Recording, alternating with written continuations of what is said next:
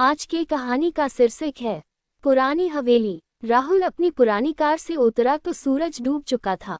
सामने खड़ी हवेली देखकर उसके मन में एक अजीब सा सिहरन दौड़ गई। हवेली की दीवारें काली पड़ चुकी थी, लता बेलें चारों तरफ फैली हुई थी। लोहे का मुख्य द्वार झुका हुआ था, मानो किसी की प्रतीक्षा कर रहा हो। ये वही जगह है ना? उसकी पत्नी प्रिया ने पूछा, नींद में बोझल आंखों से। हाँ, राहुल ने कहा, दादी की हवेली। वकील साहब ने कहा था कि अगर 3 महीने यहाँ रह ले तो प्रॉपर्टी मेरी हो जाएगी। उनके पीछे 4 साल का बेटा आर्यव सोया हुआ था। राहुल ने उसे गोद में उठाया। हवेली के अंदर घुसते ही ठंडी हवा का झोंका आया, जैसे कोई सांस ले रहा हो। भीतर सब कुछ वैसा ही था जैसा बचपन में याद था। लकड़ी की सीढ़ियाँ, पुरानी तस्वीरें और वह बड़ा सा हॉल जिसमें झूमर लटका हुआ था। बिजली कनेक्शन अभी जुड़ा नहीं था, इसलिए राहुल ने मोबाइल की टॉर्च जलाई। मुझे ये जगह अच्छी नहीं लग रही, प्रिया फुसफुसाए। बस 3 महीने, फिर हम शहर लौट जाएंगे। पैसा मिल जाएगा तो नई जिंदगी शुरू करेंगे।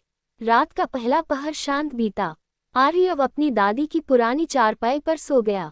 राहुल और प्रिया बगल वाले कमरे में लेटे। आधी रात को राहुल को लगा जैसे कोई उसके नाम से पुकार रहा हो। राहुल, राहुल बेटा। आवाज दादी की थी, लेकिन दादी तो 3 साल पहले गुजर चुकी थी। उसने आंखें खोलीं। कमरे में अंधेरा था, सिर्फ चांद की रोशनी खिड़की से आ रही थी। प्रिया गहरी नींद में थी। राहुल उठा और हॉल में गया। वहां कुछ नहीं था, शायद सपना था, उसने खुद को समझाया। दूसरे दिन सुबह उन्होंने हवेली साफ की। आर्यव बगीचे में खेल रहा था। अचानक वह रोते हुए भागा आया। पापा, वहाँ एक आंटी है जो मुझे देखकर हंस रही थी। राहुल बगीचे में गया। वहाँ कोई नहीं था, सिर्फ पुराना कुआं और सूखे पेड़। बेटा, कोई नहीं है। थी ना, लाल साड़ी वाली। राहुल का दिल धक से रह गया। उसकी दादी हमेशा लाल साड़ी पहनती थी, लेकिन उसने आर्यव को कुछ नहीं बताया। शाम को प्रिया रसोई में खाना बना रही थी जब बर्तन खुद ब खुद हिले।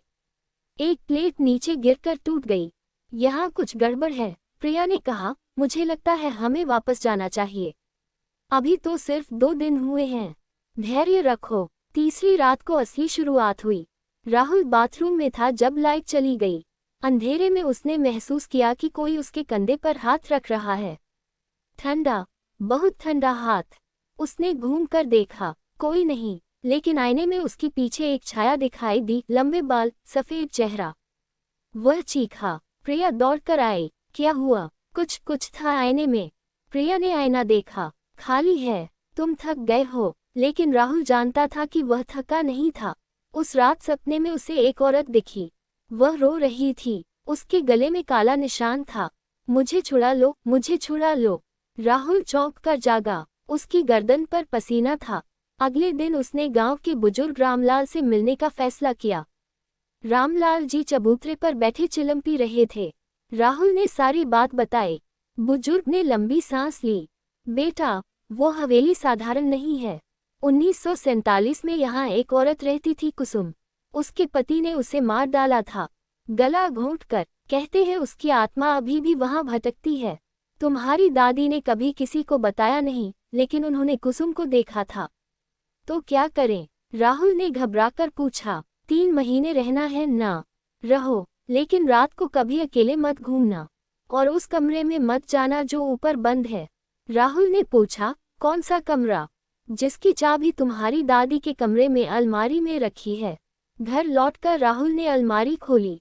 चाबी वहां थी, पुरानी, जंग लगी। उसने प्रिया को कुछ नहीं बताया। रात को जब सब सो गए, राहुल ऊपर गया। दिल जोर जोर से धड़क रहा था। उसने चाबी लगाई, ताला खुला। कमरे के अंदर घुप अंधेरा था। टॉर्च जलाते ही उसकी सांस रुक गई। दीवार पर खून से लिखा था, मुझे छुड़ा लो। कमरे के बीच में एक पुरानी पलंग थी। उस पर लाल साड़ी पड़ी हुई थी। राहुल ने साड़ी उठाई। उसमें से एक लॉकेट निकला।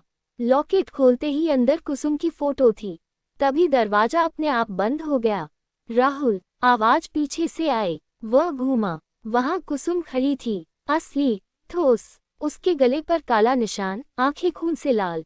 तुम्हारी दादी ने मुझे वादा किया था कि मेरे पति का नाम मिटा देगी, लेकिन उसने नहीं किया। अब तुम करो। राहुल कांप रहा था। कब क्या करना है?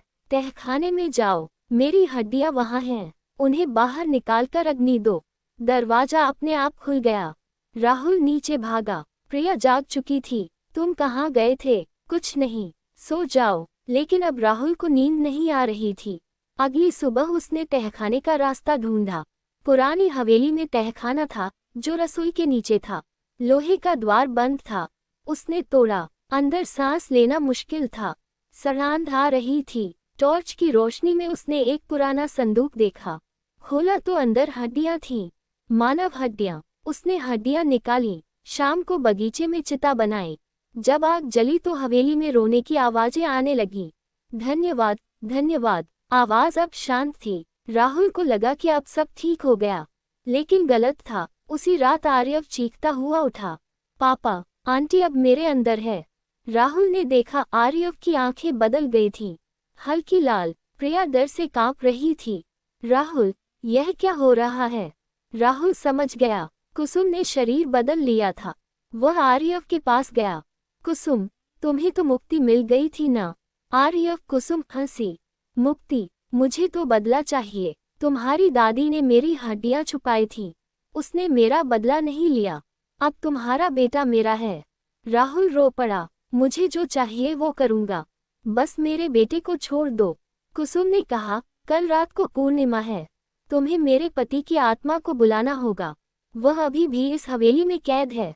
उसे मारो, तभी मैं जाऊंगी। लेकिन मैं कैसे मारूंगा? तुम्हारे खून से। तुम्हें अपना खून देना होगा।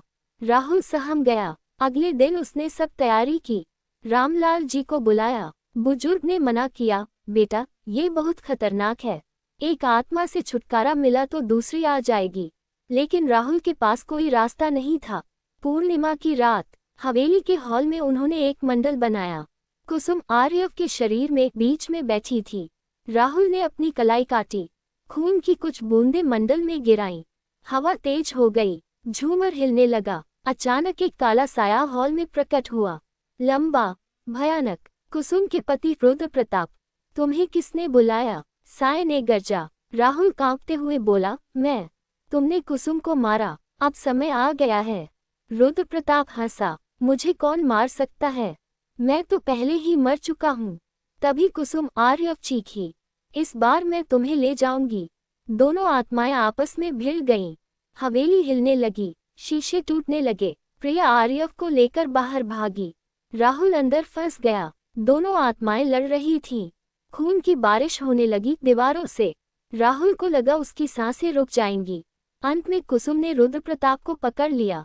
दोनों एक साथ चीखे और हवा में गायब हो गए। सब शांत हो गया। राहुल बाहर निकला। प्रिया और आर्यव रो रहे थे। आर्यव की आंखें फिर से सामान्य हो चुकी थीं। क्या हुआ पापा? आर्यव ने पूछा। कुछ नहीं बेटा, अब सब ठीक है। लेकिन राहुल जानता था कि सब ठीक नहीं था। अगले दिन सुबह उन्होंने हवेली छोड़ने का फैसला किया। वकील को फोन किया कि वे प्रॉपर्टी नहीं चाहते। जब वे कार में बैठे तो राहुल ने पीछे मुड़कर देखा। हवेली की खिड़की पर एक औरत खड़ी थी, लाल साड़ी में। वह मुस्कुरा रही थी। राहुल ने तेजी से कार स्टार्ट की, लेकिन जैसे ही वे गेट पार कर रहे थे, आर्यव ने फुसफुसाया, पापा, आंटी कह रही है कि हम कभी नहीं छूट पाएंगे। राहुल ने रियर व्यू मिरर में देखा। पीछे सीट पर कुसुम बैठी थी। तुम अब मेरे हो। कार तेजी से भागी, लेकिन हवेली की छाया उनके पीछे पीछे आ रही थी।